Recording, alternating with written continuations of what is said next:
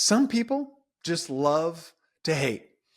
On the Live Faith First podcast, we talk a lot more about love than we do hate, but today we're going to talk about hate groups with Michael Gutter. He got so sick and tired of it, he decided to write a book to hate groups to say, you all got to stop thinking the way you do and acting the way you do.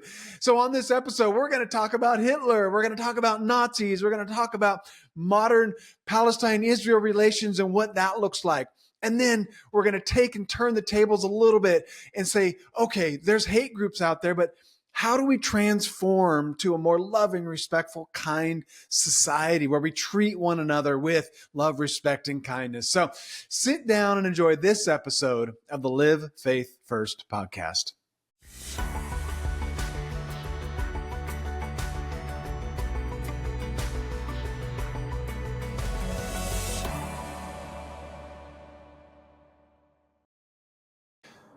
Hate groups have been part of world history and the history of the U.S.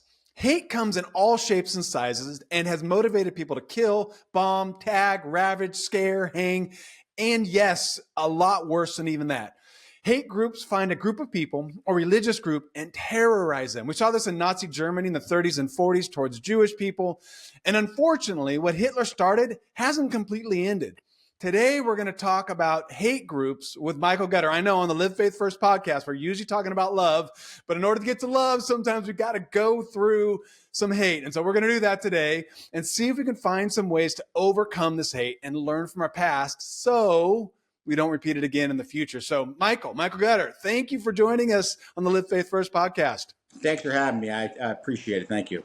Yeah, I am really looking forward to our conversation. Before we get into some of that, would you give us the cliff notes of your life? Where were you born? Where were you raised? How did you get where you are today? Sure. I was born and raised in a conservative Jewish household in Columbus, Ohio. I grew up with four sisters. Great upbringing. My schools were phenomenal. After I graduated high school, I moved to Israel. As I was saying earlier, I went there for 6 weeks, and I stayed for 3 years. So obviously, I have a deep affection for that country.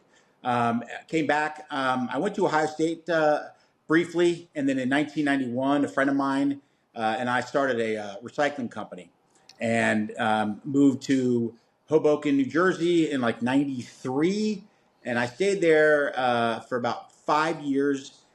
We grew the recycling company to, we were recycling at some years almost 100 million pounds a year. So it was big. And then in 2008, we got out of it. And now I'm currently I'm a partner in a soda company. Okay. So I love to travel. I love meeting people, talking to people. I love learning. I'm a huge, over-the-top, psychotic Ohio State football fan. So yeah, I like to write. I always wanted to write just to write, because I have so many OCDs, and when I write, it helps, because not only do I not stop, but I rarely get like a writer's block or something like that, because my brain is just won't shut off. So I might as well put it to use, for good or bad. I mean, you can judge if you read my stuff, but so I appreciate it, and I love coming on shows like these, and you can ask me anything you'd like. All right. Well, let's get after this. So there's a couple of themes that are going to kind of, I hope, roll through what we're doing here today. But one of them is that learning from the past in order to not repeat it. So much of your book talks about the Holocaust, Nazi Germany, and all of that. So without getting into all of the detail that you got to in your book. So if you want a history lesson plus some extra commentary around it, check out Mike's book. But would you give us some insight into the Holocaust? And I'd love to understand, like, what happens when a person like Hitler gets into power like he did in Nazi Germany? So talk to us a little bit about Nazi Germany, the Holocaust, Hitler, some of those things. Sure. First off, I look at a lot of things in analytically and just like 1 + 1 = 2. So right out of the gate, if you take someone like Hitler, Goebbels, any of those guys, these are punk moron idiots you would never personally hang out with. They were the biggest geeks and nerds. I mean, Heinrich Himmler, That's the most punchable face in the last 200 years worldwide. Nobody is hanging out with these idiots. So they were smart, and they found a guy, who a lot of people don't like to, most people by far don't like to speak in public. So when you find even someone as I say, Hitler was always screaming. So as I mentioned in the book, I mean, especially as you started hearing his speeches, and when he did them in bars and taverns back then, that's how they started out. They did the policies. I mean, a guy he like the first row of people listening to him had to wear like raincoats because he spit and like you would never talk to this guy. He was the guy that bitched and moaned in Mein Kampf in complete utter shock why no one was buying his paintings on the streets of Vienna, wherever it was. And I'm like, I mean, listen, dumbass, in 2024, no one's buying street paintings, but those people aren't out there bitching and moaning about it because they're selling street paintings. He wrote half a chapter about it. I do, by the way, deserve a medal, in my opinion, for I did read the entire 700 page of Mein Kampf, which is, it's the worst book ever written. And by the way, in the book itself, I think he did. Now, mind you, he thought this and wrote it and published it and made every German buy it. And not one thing in Mein Kampf did he actually do when he became Chancellor of Germany. It was complete opposite. Anyways, after World War I, in Germany getting crushed, they had what they did was there's a lot of people thought that what was it called? They had to pay back the reparations that they had to pay back. I can't think of off the top of my head. Treaty of Versailles. The Treaty of Versailles. We'll use Treaty of Versailles. Well, if you read the book, I go through it in detail. They didn't pay $1 back for the Treaty of Versailles. Yet Hitler and his cronies blamed the entire problems and any issues with Germany at the time because of the Treaty of Versailles. That they were all screwing the country. That they could never pay it back. But meanwhile, in the country, they keep devaluing the dollar. The Deutschmark or whatever it was, and that was the problem. So, anyways, the country was in shambles, and it was easy for the Nazi Party to grow very quickly, and it was very easy to start winning votes on hate speech. This country, the United States, in the last 10 to 20 years has gotten ridiculous in our politics. And I can share you my opinion why later on. But back then it was, without the internet, of course, or television or any of that stuff, it was all done word of mouth. And so it was easy in the time where Germany was just getting crushed worldwide through their own money to find a voice that they felt were speaking for them, and why the German citizen, why they didn't deserve what they were going through, etc. And he was the loudest voice in the room, and he didn't start out talking about killing Jews. It started out with baby steps, all that stuff. As he became more psychotic, all that grew. So basically, World War II happened completely because of Hitler and him being just a psycho. If he would have stopped at before Poland, he would have just taken over Austria and Czechoslovakia, and then maybe stopped for a year or two or three, and then considered Poland, just stopped there. They would have given him Czechoslovakia and Austria. Nope. The day the war ended for them was the day that they stepped the first foot into Russia. The war was over. Yeah. But he couldn't help himself. He just couldn't help himself. Yeah. Continued after it. Now, he started focusing on the Jews at some point along the way there. And then, of course, once the war started, the Holocaust and camps and all of that. Give us some numbers. Give us some numbers behind how many people were exterminated, how many people were killed, and kind of how that grew up. And I have another question for the everyday person, but let's just kind of talk so people understand the scope of what the Holocaust did to the Jewish people and other groups beyond them, but to the Jewish people. Well, a couple things. First off, all of this, of course, starts with baby steps. And I've said on a few times, when you're in war, okay, you have troops, you have weapons that shoot out so you don't see who you're killing. But when you're in that type of environment, and your government and your society knows you're in war, you understand how somebody can take a gun, point it at somebody that they don't know on the other side, shoot and kill them. Okay, I it happens. That happens. It's called war.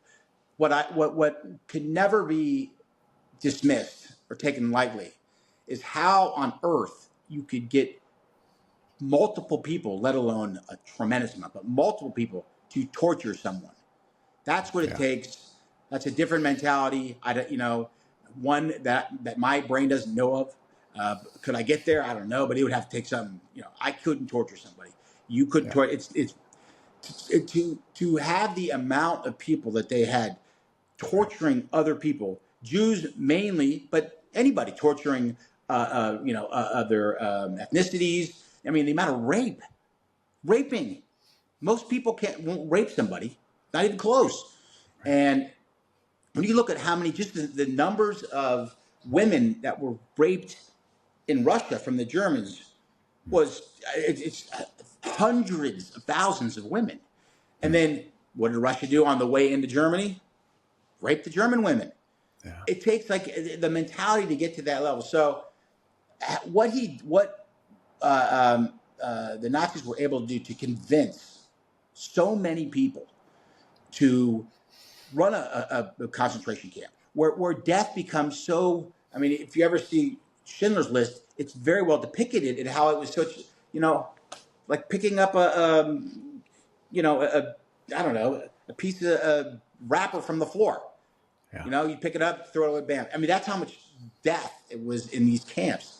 And it takes a long time to indoctrinate someone to have death become irrelevant in their eyes. And then you have people there was thousands of concentration camps or various types of camps, for sure. Yeah.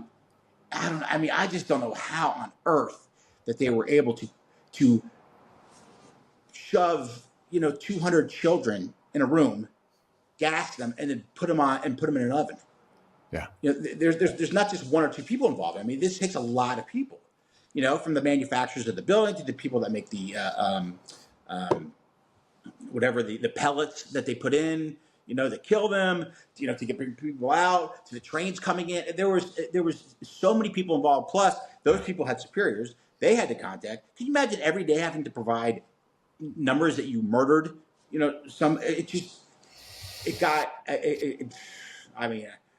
don't have the words to. I really don't. My English just isn't good enough to describe how it got to that level. Yeah.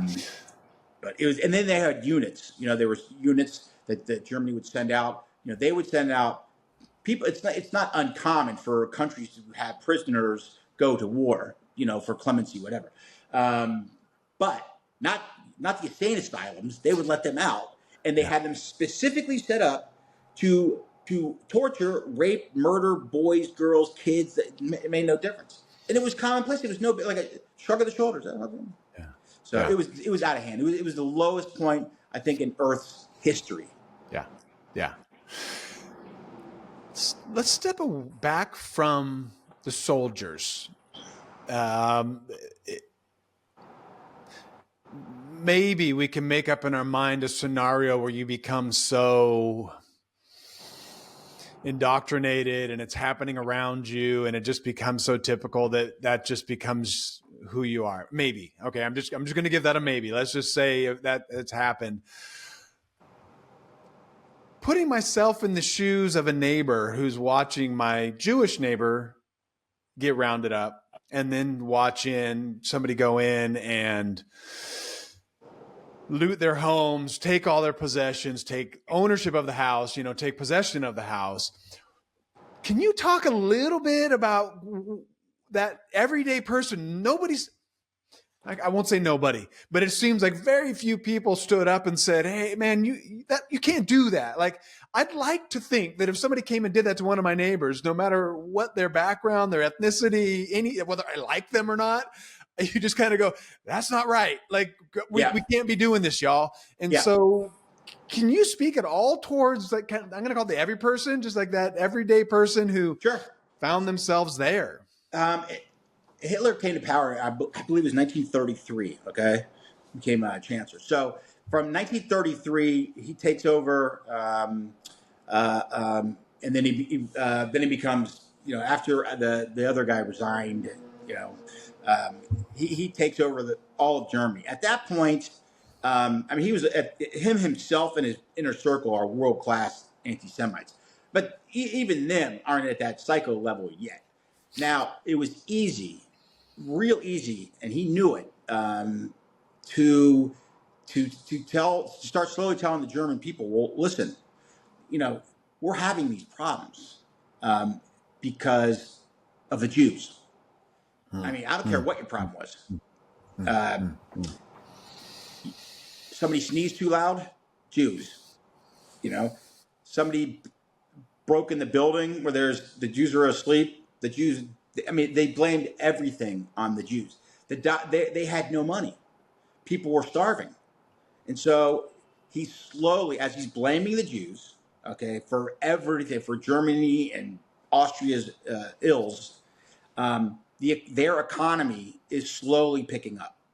The government is getting more involved, and they're borrowing money, but the economy starts to turn, and the entire way he was blaming the Jews, and so they were not allowed. One of the in the Treaty of Versailles, I believe they were not allowed. Germany was not allowed to have any type of military, army, whatever.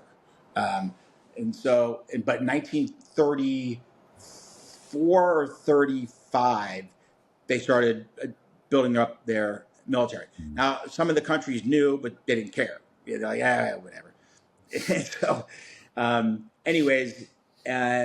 So everybody was on the Hitler train. So by 1938, their economy is roaring. And then Hitler's psychosis starts coming in, and so at this point he wanted more land. I can't remember the German name. It's in my wall. I don't want to even mispronounce it. Lebensraum. Something like that. Look it up. I don't know it. And what that meant is they needed more land, okay, to support their growing population, etc. Well, what's the easiest way to get land? Invade a country. Yeah. So they invaded Austria, then Czechoslovakia, and then at that point he thought he was indestructible. Yeah. And at that point, none, and I repeat, none of his generals, except nobody below him, was going to tell him no. Impossible. And they, even though over time you see how many of his generals, like Rommel, okay? Rommel was a very good general in Africa for Germany. Yeah, he won multiple battles.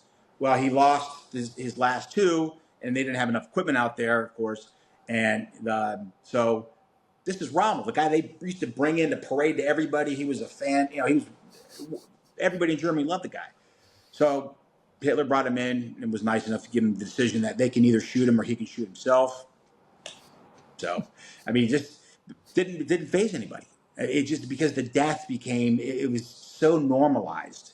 Yeah. And that's what happened. So you have Germans, next door neighbors to another Jews, grew up with them, friends of them. Well, there was a period for 4 or 5 years where they weren't really working. Okay? And they weren't working, not because they didn't have money. Nobody had money. They weren't working because Jews were taking other jobs, or Jews wouldn't lend them money, or Jews this, Jews that. So it became their fault for everything. All the woes, homosexuals, black, anybody, handicapped, anybody. Yeah. That was all their fault. Couldn't be their fault. The Germans' fault. It's just the whole thing became a mess. It became very, very easy to justify And a lot of the people that in Germany, most of the soldiers that started out didn't come back home, to see their parents. Most of them lived with parents, back in those days. And most of them really didn't come home to see their parents. The war never stopped, and he didn't care if they were, he would give them like a leave for a week, but somewhere that'd be close by and, stuff like that. But, and so they couldn't tell like their parents what was going on. These guys, can you imagine you were a German soldier in Russia? You have, no line of behind you to get food, supplies, nothing. The line has been cut off. You're out in Russia during that winter, which was a nasty, nasty winter, and you're out there for months. And I mean, most of them were killed. I mean, the numbers are going to work against you over that amount of time. But the mentality overall was this was all caused. It was all started for the country because of Jews, and for them individually, they weren't having jobs or couldn't get a smile on their face, or if the toilet didn't flush, it was the Jews. I mean, it's just how it came to be. Yeah. These days we'd call it othering, or putting somebody in that less than position, right? Where all of a sudden we just get on this bandwagon. And it's interesting because we do it in the US too, beyond hate groups. I mean, we find these socially acceptable ways to do it, like, oh, that person's in the other political party. Well, and then we start othering, and we can see the effects of othering. Thankfully, gratefully, we've got nowhere near what went on in Germany, so we're not there yet. But No. Even stats tell us we'd rather have people of our own political affiliation in our own neighborhoods. We'd rather have our kids marry people that are from the same political affiliation. I think when you and I were growing up, that was probably more around our religious background. Our parents say, hey, you need to marry a Christian, marry a Christian. I'm assuming your parents gave you a similar message to marry a good Jewish girl. And that is even less than now. Politics. Oh, yes. Unfortunately, you nailed that by a lot. But you're totally right. Here's my opinion. I mean, I have nothing really, just my opinion on this. But I think what's happened because of the internet, there's been so many great things based on the internet, but there's been so many bad things. And what's happened now is you have every individual. Okay, once we're done with this, I could literally get on Google or just start messing around on the internet, and I'll find a party who has a couple things that I think are cool. So now what's happening, I'm going to go on that site, maybe more than, just once periodically. Maybe I'll start going on there a little bit more. So what happens is this site is now, we're like 100% together. So everything that is not in my group, because look, other people are following this guy, not just me, right? So other people are following him, so they must be right too. So now what happens is when you find somebody that disagrees with you, it becomes so polarized, because you've been watching these for 2 years. And you want to know, like MSNBC and CNN, why they're getting their teeth kicked in for ratings, just because people feel betrayed. They've been watching MSNBC for 4 years, and Trump is the worst person on the planet. So there's no way. He's a misogynist. That means I'm a misogynist. He's he's racist. That means I'm racist. He's a Nazi. I mean, really. So that's how polarizing it's got. So people are now really, instead of just like when we were growing up, you talked about politics, the election was over, maybe one day people were like, that was it, done. Right. People went back to their lives having fun. You don't care what your neighbors vote. You didn't know. Nobody knew. Back then, remember, you weren't allowed to tell anybody how you voted. I mean, it was like a rule. Right. And so it's just gotten so polarizing, and it doesn't help. It doesn't help us individually. It definitely doesn't help our country. Because everything's yin and yang. There's no, Right. That's all. I mean, I just think that's what's happened is that too many people are identifying on a very far level with the community that's polarizing. Yeah. If that makes any sense. Yeah. And to kind of bring it back to what took place in Germany, I think it's not acceptable, but you can start to see, well, I guess if I hear that enough, it's the Jewish people who are messing us up, and my life's not great because I don't have a job, or bread is a million Deutschmarks or whatever it is. I can't even afford bread for my family, and I'm constantly hearing, oh, Yep. well, it's your neighbor that's the problem. Your neighbor And your next door. kids are getting They, indoctrinated in school, and they're coming home and bitching about you because they're teaching them nothing but bad stuff about you. So, sorry, go ahead. So, yeah, no. And then all of a sudden, when it turns from rhetoric to action, i.e., coming and just taking away those people. Did you hear that word? They just became those people. they exactly. were That's they it. were they were no longer my neighbor. They were no longer my friend. They were no longer my colleague. They were those people who are causing all the troubles. So I'd rather have them out of my neighborhood. And so you can, again, learning from the past, kind of that how that ended up manifesting itself and going to the extreme. I mean, we'll also be honest. Nazi Germany is in our history the extreme. Definitely. Well, you see, there's been some bad stuff since that. No, it's never reported, especially in a lot of African nations. Um, but it's also Hitler is doing exactly what he says he's doing, and so that Germany is listening to him and seeing things. Forget the fact, not even that long ago, like you had hundreds of thousands of Jews serving in the military for Germany in World War One. Right. You know what I mean? Yes. Gone. It's just like it's just gone. It's I, you know what? There's one thing maybe you can help me with, because there's one thing that I don't understand, and I really I've never heard something that I've got. So you're in a concentration camp. Okay, you're in there for, let's say, 2 years.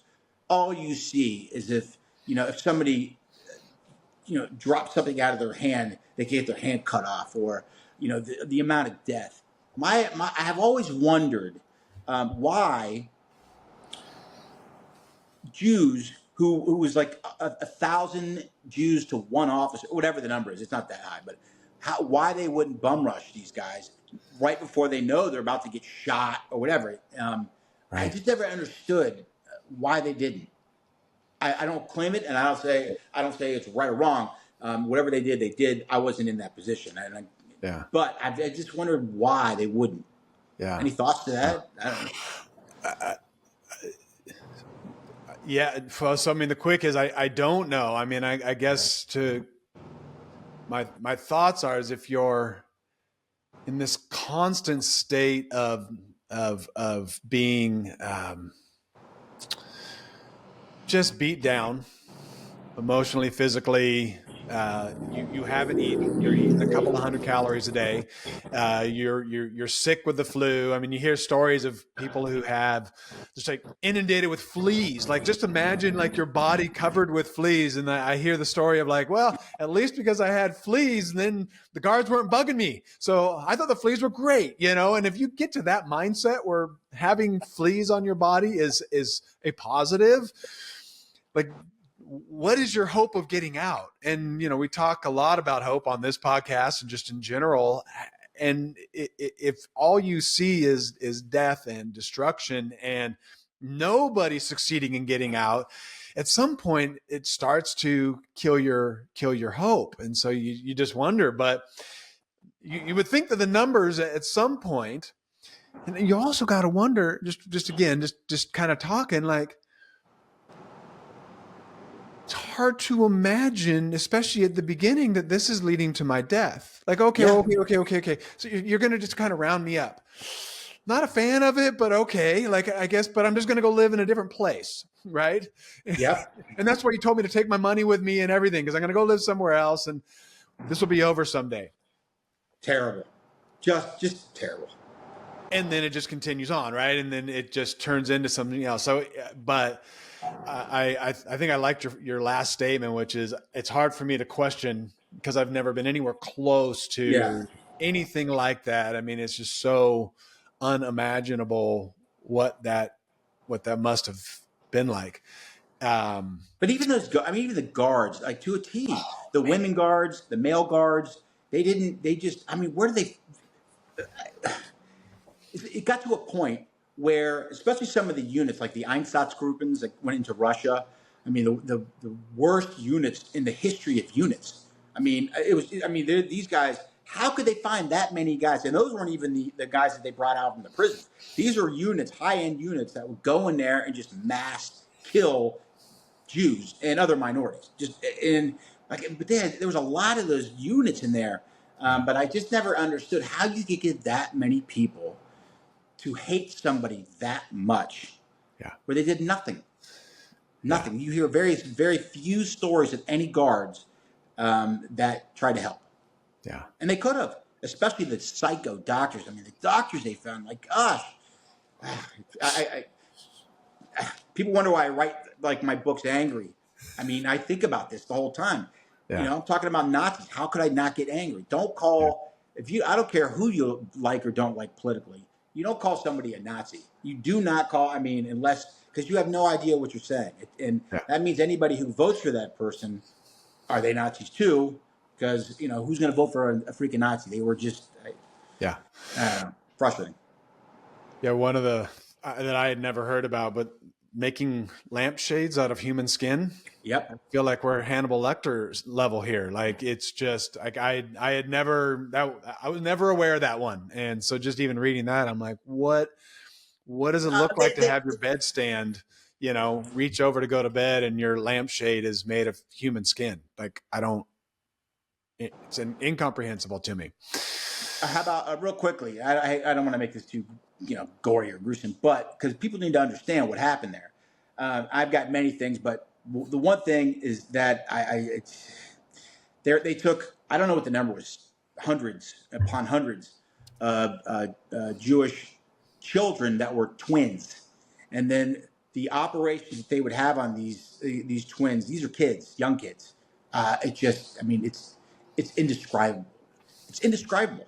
And I don't care how much they hated the Jews. To do some of that stuff these people. If somebody wants to become a Nazi, it's just. And also in the book, I do mention. Funny thing is about Americans. I don't know if you saw that part.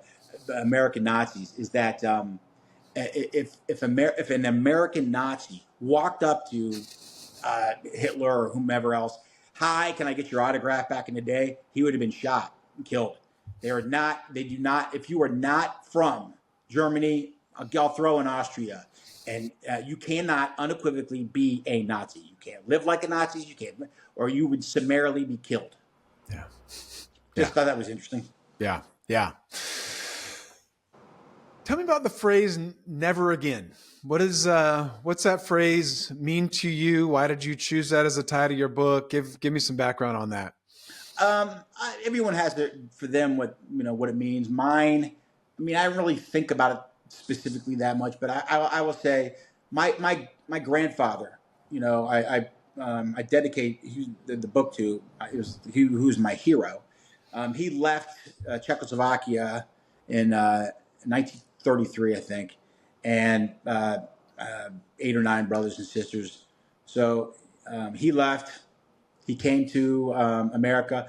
I don't know if I mentioned it in the book, but my grandfather, when he had his parents and 8 of his brothers and sisters were killed in the concentration camps, and his one sister made it back, and that was it. Anyways, he came to this country. He knew it was. He owned a bakery, and he started seeing in Czechoslovakia he was losing customers, and he found out why, because that's when the whole Jewish issue was coming up. So he closed his bakery and he moved with whatever money he had to the U.S. Didn't speak a lick of English, and he came here, and he supported Jewish causes from the day he came to the United States until he passed away. Okay, what he did, the amount of people he took in for holidays, and just being such a mensch, is that I see what he did as his never again. My father, my mom passed away when I was young, but my mom and dad, who I grew up Jewish in a kosher household, they provided me a background of Judaism. Okay, that's how I view their never again. So, everything that's going on in Israel, okay, I need to speak out. There's more I'd like to do. I have a few ideas, but that would be my never again. It's standing up.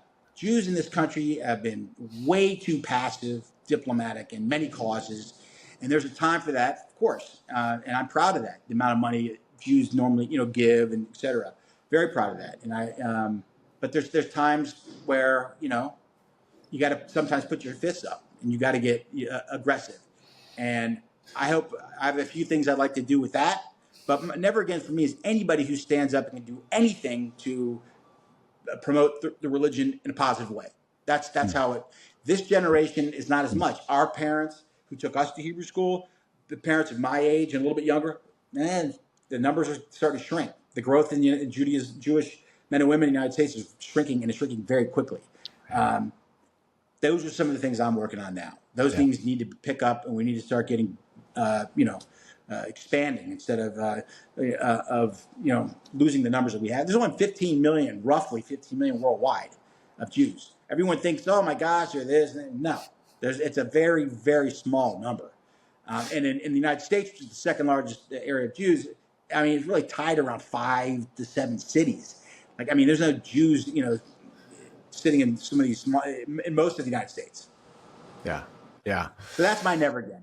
What are you doing to help Judaism today? Is that, and when you accomplish something or you're working on something, that's that's our never again. We have to grow. We have to support Israel by any means necessary.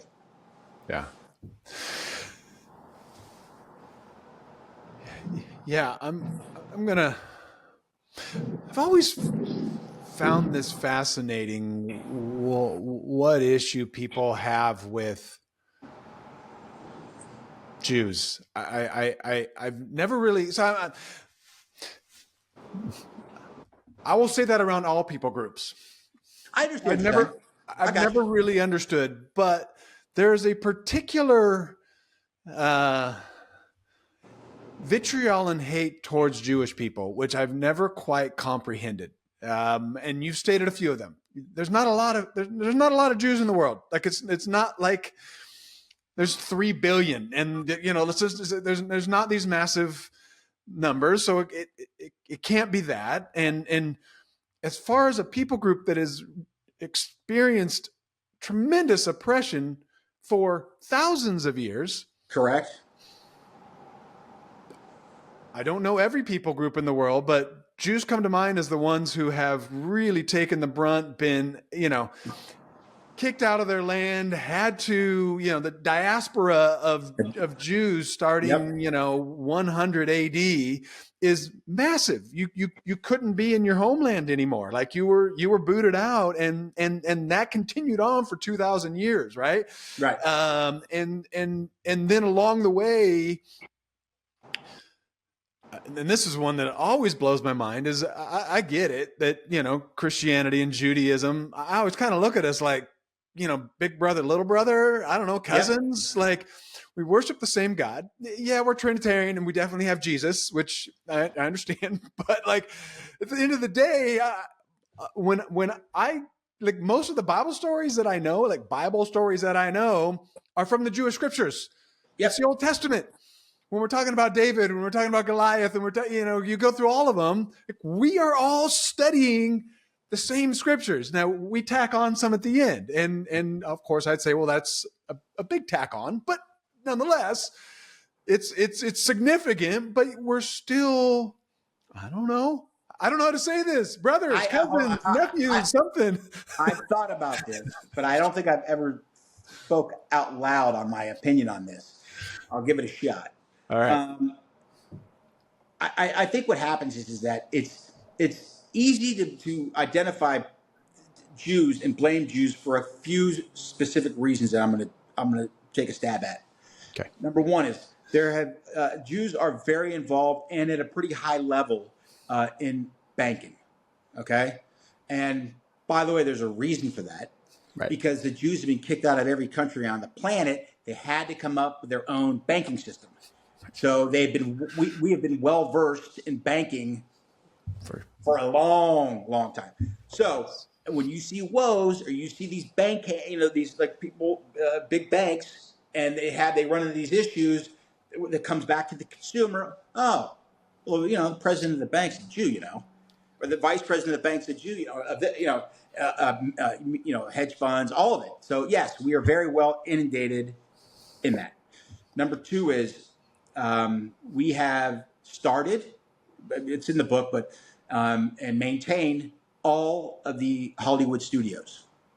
So all the studios, all of them, were started by Jews, and in the early 1905 to 1915-ish, 1920s, they all came to Hollywood. They used to be in New York and some in Chicago. They all came out to Hollywood. So you see the names a lot in Jews attached with Hollywood, which includes actors, of course, directors, and producers. Okay, tremendous amount of Jews involved with that. And so people hear of Jews, but they don't know that many. I mean, how many? A hill jack in pick a city, KKK member. How many Jews does he think this guy's run into in his life? Right? He wouldn't know a Jew, but he sees like someone in his clan or sees, I won't give names, but somebody at this level of a banker who just turned down his loan at this branch. Well, the Jews, they did it on purpose. They're trying to screw me. They're not giving me the money. They're not giving me a loan. And so, there's, I just think, I don't want to say, I honestly, it's not jealousy, but I think it's the ignorance and which can be replaced. It's not, there's no jealousy. We don't get people to go to these Jews go to all these Ivy League schools, because they're Jewish. That certainly isn't the case. Certainly isn't the case to protect Jews in school these days either, which is a whole other rant I'll get into some other time.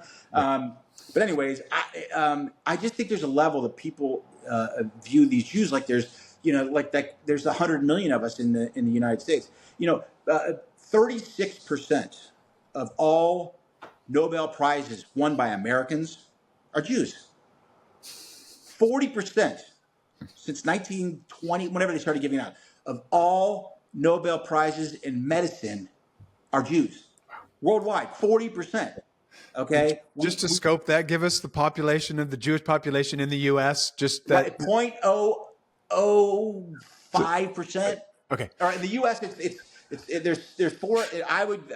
The numbers I use, I don't use the numbers that is published because there's 2.5 million Jews who don't identify as Jews. So they're not, okay.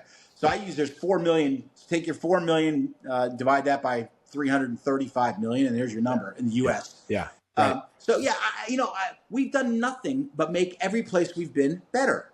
We're not, we're the most diplomatic. We started what I think it was the NAACP we were starting with. We're in the ACLU. We have the ADL. We have all these things. We hand in hand with everybody. We've been voting and helping everybody since the day, which, by the way, in the book I wrote it. It was, I think there were Jews in 1653 that came to the U.S. and they put a synagogue. They built a synagogue. I mean, so any of these KKK guys, I've always said, I'll be more than happy to pay for any of their ancestry.com tests, any of them. And everyone in the United States is from everywhere. And so it's and the one thing about I will say about this about anti-Semites, and mainly in the United States, KKK members, etc. I go the Jews, the Christians, the blacks has never been their problem. They are their problem. Once they realize that they're the problem, like every other person, in this country, and they can fix that, they'll be 1,000 times happier. People ask me, no one's gonna buy this book. It's too, controversial. I'm like, I didn't write this book for them to buy it. There's no chance that they're gonna buy it. However, there is a small chance that maybe a family member reads it or a friend reads it, and they could say something to them. But once they can identify that they're the problem, my gosh, their life will be 1,000 times better. Yeah. Yeah. And I do want to step into that in a little bit here, but sorry, I'm going back to Old Testament.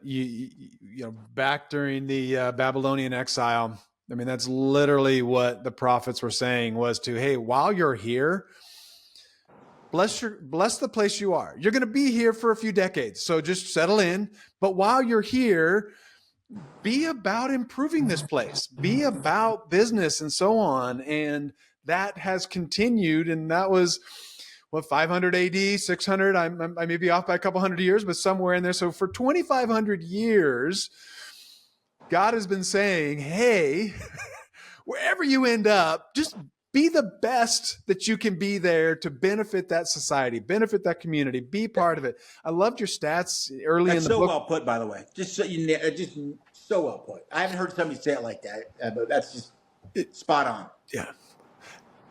Earlier in your book, you talk about the generosity of the typical generosity of a Jewish person versus Christian versus, I forget what the third category was, but hands down, Yeah, by a lot. generosity. And you know, I shouldn't use the word pride, but I'll pride myself on Christian generosity. Like, Christians have done a lot of good things, and yet our Jewish brothers are as generous and more generous than even one of the more generous, you know, religions out there, Christianity. So anyway, all that to say, it's always, it's been one of those that's kind of blown my mind. Like, I don't get it. And I'll give you one last, I don't get it, is that of all of the oppressed groups in the world,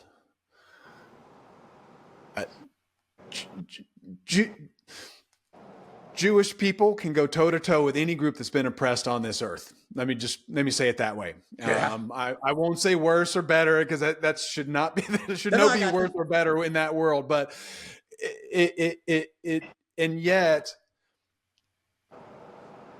still continue after all these years to deal with hate groups, and we I don't know if we want to hop into Israel Palestine. We're already 45 minutes in here, and that could give us another 45 minutes, but I'll be more than happy to. So anyway,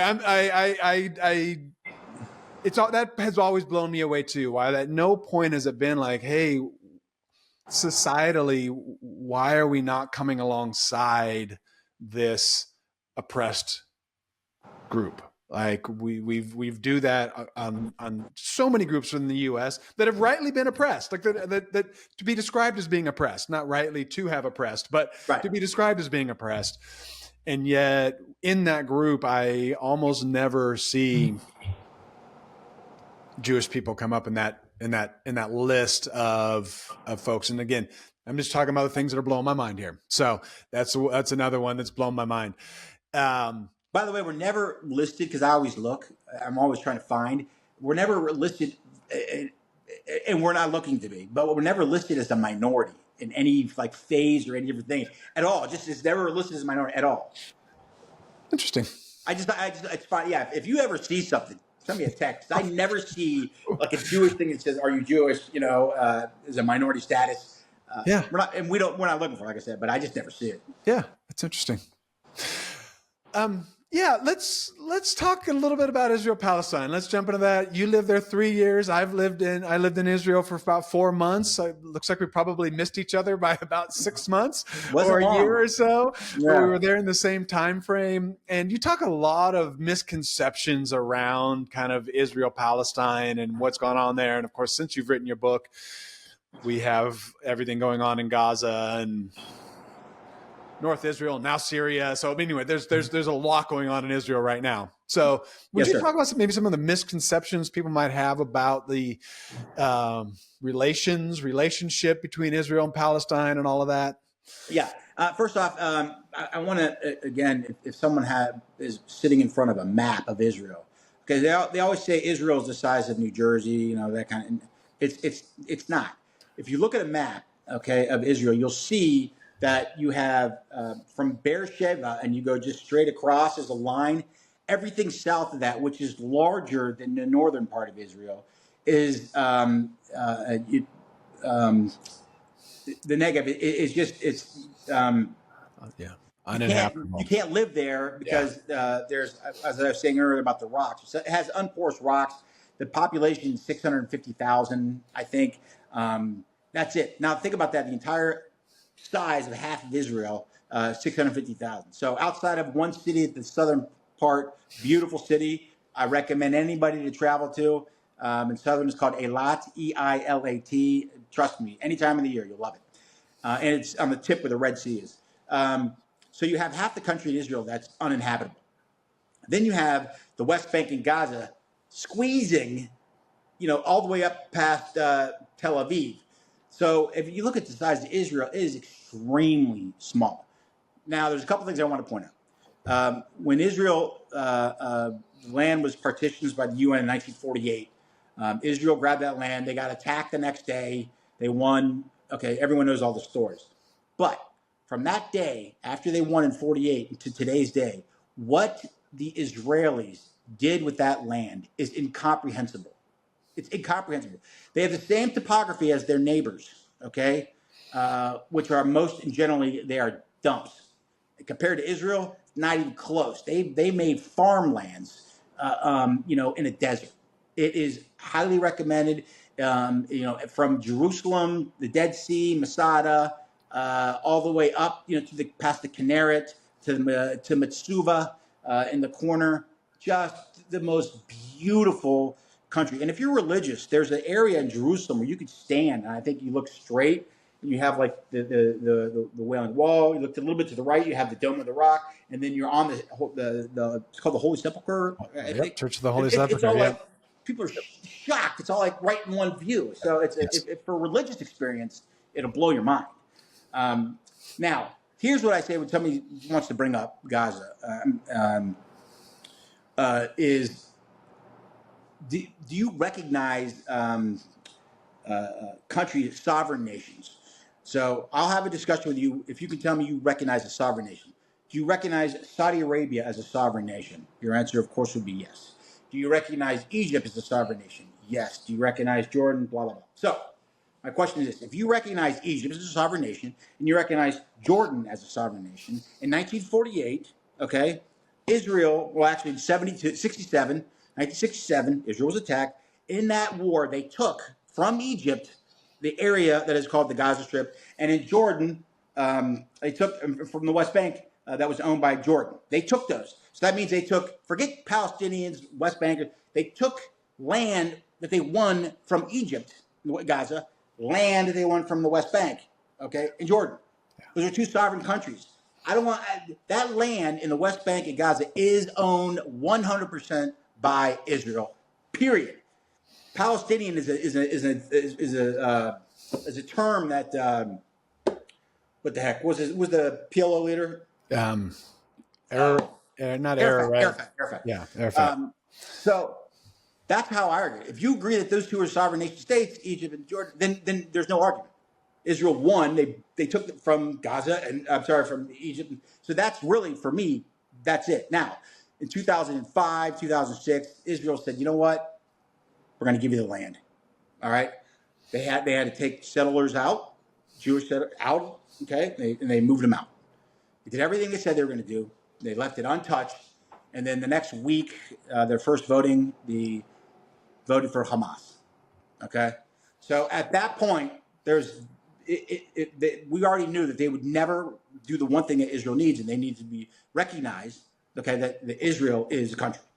And most of the Palestinians understand this, even though they are indoctrinated in schools. I mean, and these kids grow up, and their only thing to do is try to kill. They don't have, their education is crap. You know what I mean? What role models do they have? The best thing that they could ever do, if you're a Gazan, and most of them know this, if you live in Gaza, the best thing you could ever do is have Israel as your partner. They would take care of the military. You don't have to do anything. That's what these new Syrian guys that are that just took over in Syria. I mean, they're just like and even the Lebanese. Lebanon used to be absolutely stunning, gorgeous. Yeah. Hezbollah comes in, and so what do? The best thing for Palestinians by far in Gaza right now is to get Gazans, Hamas out of there. And Israel is not leaving until Hamas is gone. But that's my whole thing. I mean, the Palestinians are getting screwed. The Iranian population is getting screwed. I mean, these guys are all getting screwed because they're in dictatorial countries who, like Hitler, they don't ask questions or they torture, they murder. That's what you saw. What just happened with Assad. They're talking about Israel isn't a genocide, or Israel is an apartheid country. I want to just puke when I hear what. What do in what earth could Israel be an apartheid country having a larger population than the Arabs? It's just, I mean, people are just, gays for Gazans. What? I mean, I have dumb levels. My the dumbest people, by far, is Holocaust deniers. Okay, then you have like a second tier. They own the whole first tier. That's how stupid they are. Gays for Gazans, defund the police. I mean, just things that make.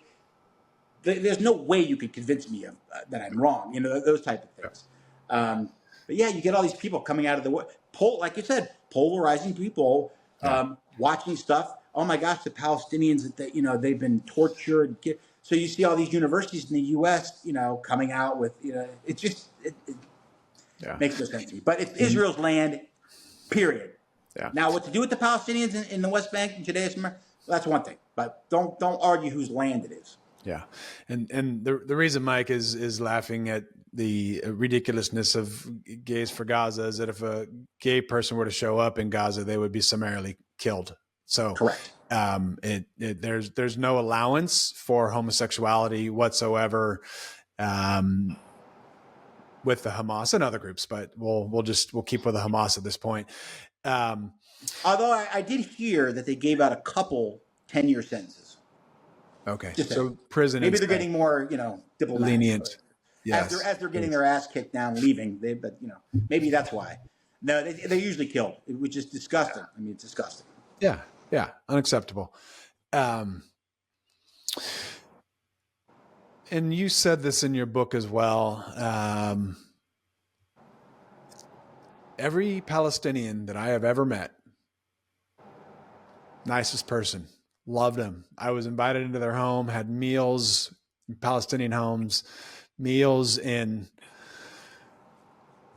Jewish people's homes, Israelis' homes, and every individual that I met, clearly I didn't meet everybody, but was lovely. And I think that's one of the challenging things on anything where we get like this with where governments and politics and everything get in between, and there are tens, hundreds, millions of people that are caught in the crossfire that are just their innocence in the midst of it all. Sure. And it's terrible. It's unacceptable.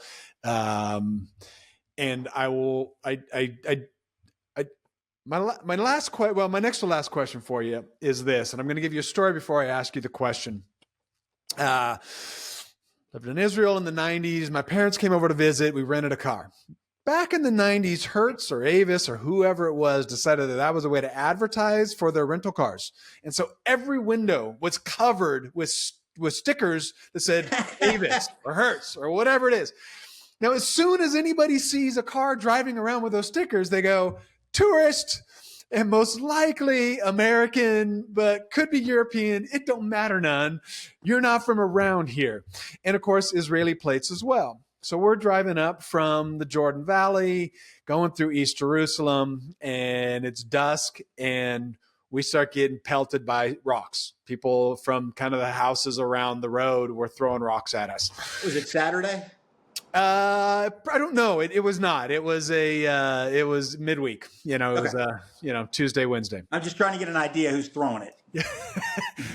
We all assumed it was Palestinians. Who knows? Well, there's some religious neighborhoods in you don't want to be driving through on Saturday. Yes, 100%. So we went right back to the hotel. We ripped off all of those stickers. And the next day we were going into the West Bank through Bethlehem and kind of down back through Jerusalem. And so somebody told us, go and buy the kind of the headdresses, the black and white or red and white that Arafat always wore, right? And so we took that and we put it on our dashboard of our car. So as we're driving through the West Bank, at least until they got really close to us, they would be like, they would think that we were Palestinian. And I will never forget, school was getting out, kids were walking home, and they saw us and didn't pay us any mind. And then when they got close enough to us, and saw that it was, you know, 3 white folk in the car, like the kids were literally laughing. They were laughing because, like, if we had known that it was you, we would probably picked up a stone. But that's pretty awesome that you put that on the front and, you know, off you go kind of thing, right? And Sure. so my question for you is, those school children, they are just learning. They are just learning from their parents. They're learning from their teachers. They're learning from the environment around them. I will call them innocents in the midst of terrible situations. What do you have any thoughts on how we unlearn that hate? Like, that's growing in kids, that's growing in populations in the US and in many other places around the world. Do you have any thoughts on, like, what does it take to kind of maybe unlearn things that we heard from our parents, or unlearn things that once we've kind of figured out that, man, I don't know that that's right? Do you have any thoughts on that by chance? You know, of course, it depends how old the children are. But, you know, for me, I traveled a lot when I was younger. And my experiences, like you, having dinner at a Palestinian, you know, home, or, you know, seeing the world, seeing how it is. Like, people in this country, when they talk about, you know, poverty or impoverished, this country isn't even close to that. Not even close.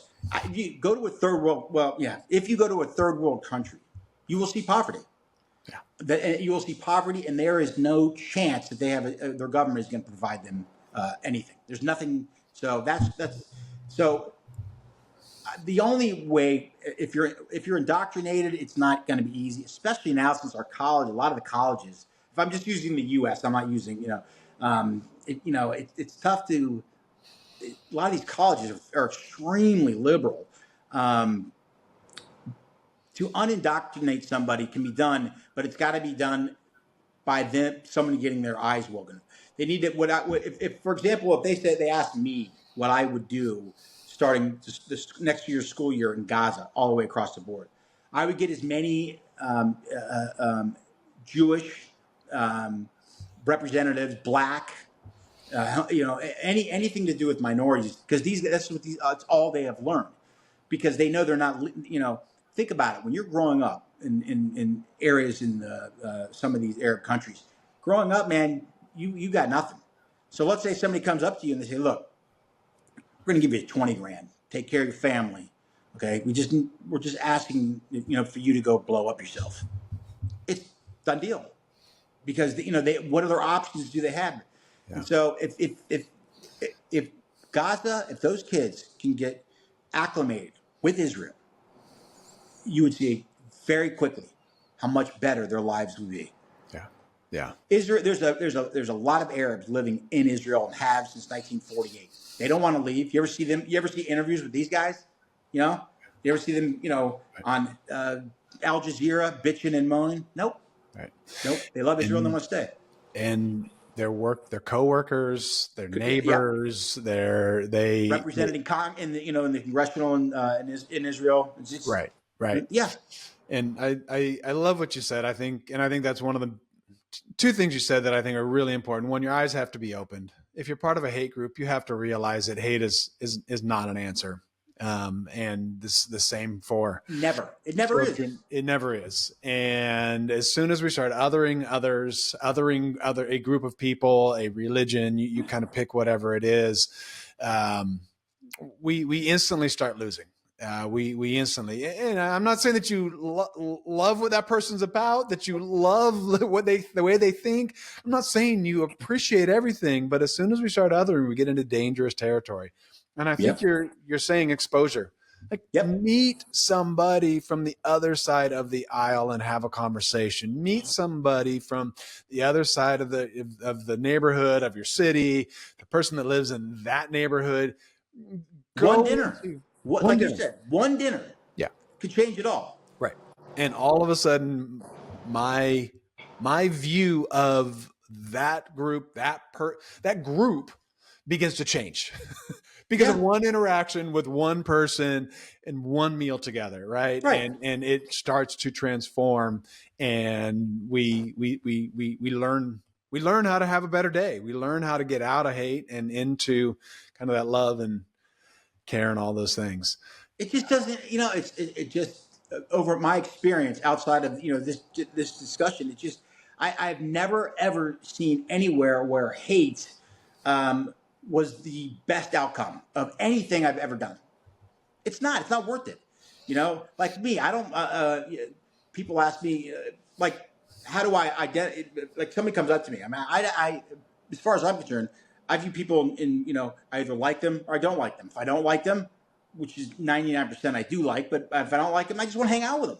I don't have to call them disparaging remarks. I don't have to throw a fist at their face. I don't do any of that. Just don't. You don't need to hang out with them. You know what I'm saying? Right. Once you start getting that type of education, okay, not you don't need books for one thing, but I'm talking like dealing with other people. You'll see 14% of Palestinians are in favor of Hamas. The ones that are educated and know. Yeah. Yeah.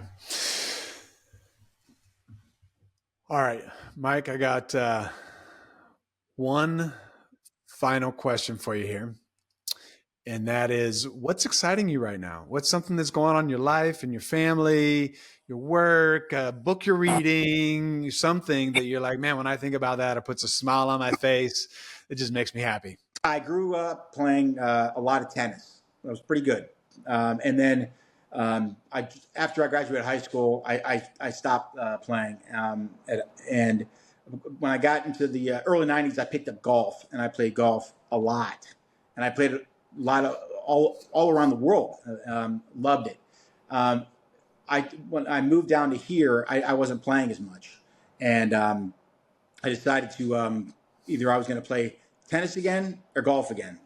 So I saw this video with Federer's backhand, and I was like, I'm going to play tennis again. It was just beautiful to watch. So I picked up tennis. So I've been playing tennis a few times a week. I love eating out. I travel quite a bit, but when I travel, I always try to take one day to just check out the city. When I travel, I try to stay near the even smaller cities downtown, so I can check out the downtown. I like it. Houston, Texas is a phenomenal city. I had no idea it has a very large Jewish population, which I didn't know. But the amount of restaurants here, the people here are fantastic. The weather, just it's a wow. If you get a chance, Houston, and I think it's the fourth largest city in the United States. I didn't realize it was that big. Yeah. Anyway, it's massive. Yeah, that's what I'm doing these days. Nice. I love it. Well, Mike, thank you so much for joining the podcast. I really, really appreciate the conversation. And for everybody else out there today, let's go live faith first.